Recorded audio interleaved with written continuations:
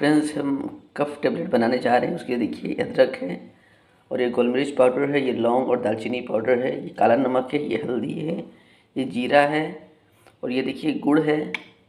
और अदरक को हमने देखिए इसका जूस निकाल लिया है देखिए, और हनी है लास्ट में हम डालेंगे। तो ये चलिए देखिए कैसे बनाना है। देखिए गुड़ हमने इसको थोड़ा तोड़ लिए थे उसको, और वो अदरक का जूस डाल दिए तुरंत, क्योंकि वो भी कम था इसलिए हमने डाल दिया।